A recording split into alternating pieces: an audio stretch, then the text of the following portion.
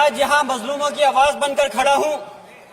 उन करोड़ों भारतीय मुसलमान और अल्पसंख्यकों की जद्दोजहद और हक की बात करना चाहता हूँ जो इस देश का अटूट हिस्सा हैं। मेरे अल्फाज बंटवारे के नहीं बल्कि इत्तेहाद के हैं। मेरे अल्फाज मायूसी के नहीं बल्कि एक उम्मीद के हैं।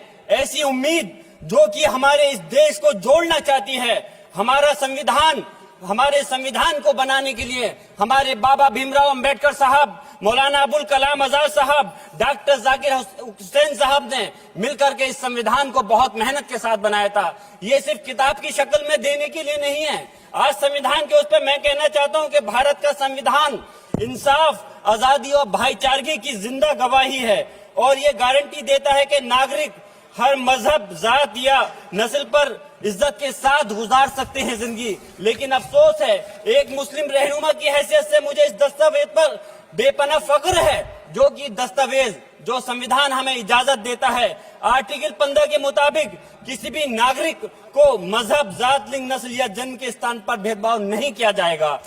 आर्टिकल 19 में बोलने के, अभिव्यक्ति की आजादी का हक दिया गया है जो कि हमारे अधिकारी को हक की आवाज को छीनने का आप काम कर रहे हैं। आर्टिकल 25 अपने मजहब को मानने और उस पर अमल करने की आजादी देता है।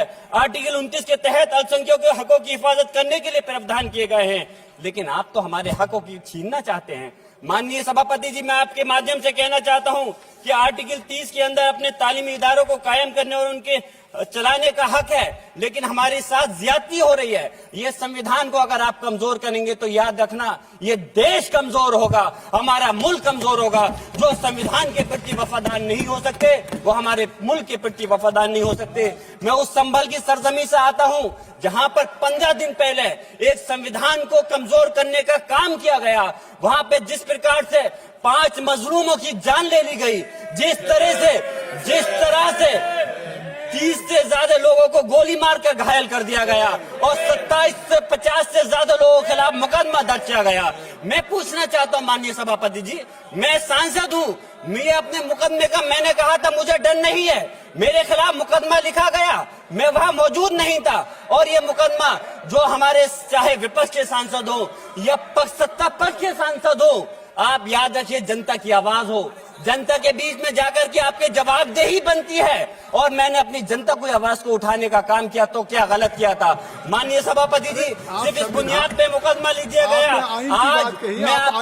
आज मैं आपको बताना पॉइंट पे बोल रहा हूँ, संविधान पर ही बोल रहा हूँ। माननीय सभापति जी, आज मैं चाहता हूँ उन लोगों को इंसाफ मिलना चाहिए जो जिन्होंने ज्यादती की है, उनको सजा मिलनी चाहिए।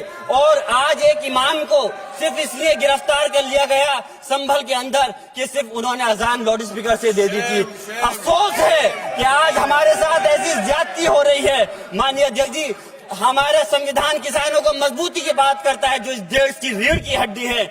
130 किसान जो 10 दिन से ज्यादा समय से जेल में बंद हैं, आप किसानों को हक नहीं दे पा रहे तो किसको हक देने का काम करोगे? मैं अफसोस करता हूँ आज पूरे प्रदेश और मुल्क के अंदर जिस तरह से हमारे लोगों की हिफाजत नहीं की जा रही, एक मॉब लिंचिंग सिर्फ धर्म के नाम पर, अगर कोई मुस्लिम है, ओबीसी है या पिछड़ा समाज का, एससी समाज का है तो नाम पूछ करके उसकी हत्या कर दी जाती है।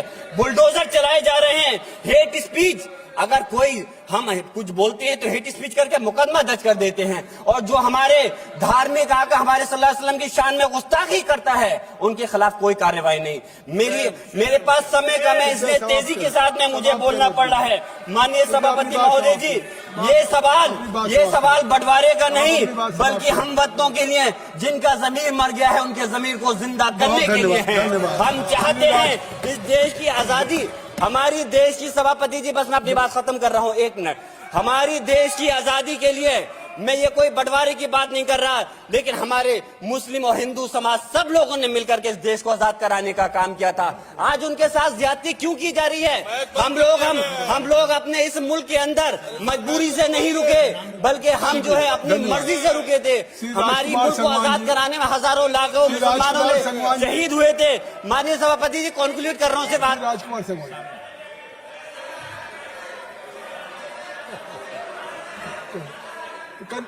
आप कंक्लूड करें ना, आप कंक्लूड कर लें।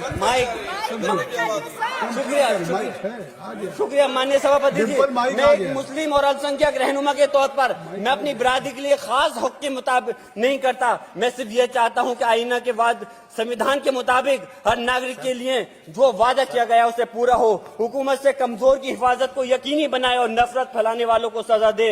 और मैं अपनी बात इस शेर के साथ खत्म करना चाहता हूं जो कि हबीब जालिब का शेर है। ऐसे जुल्म सुबह बेनूर को मैं नहीं मानता, मैं नहीं जानता, मैं भी खाइफ नहीं तख्ताए दार से, मैं भी मंसूर हूं कैदो अगयार से, क्यों डराते हो जिंदान की दीवार से, जुल्म की बात को जहल की रात को मैं नहीं मानता, मैं नहीं जानता। श्री राजकुमार संगवान जी।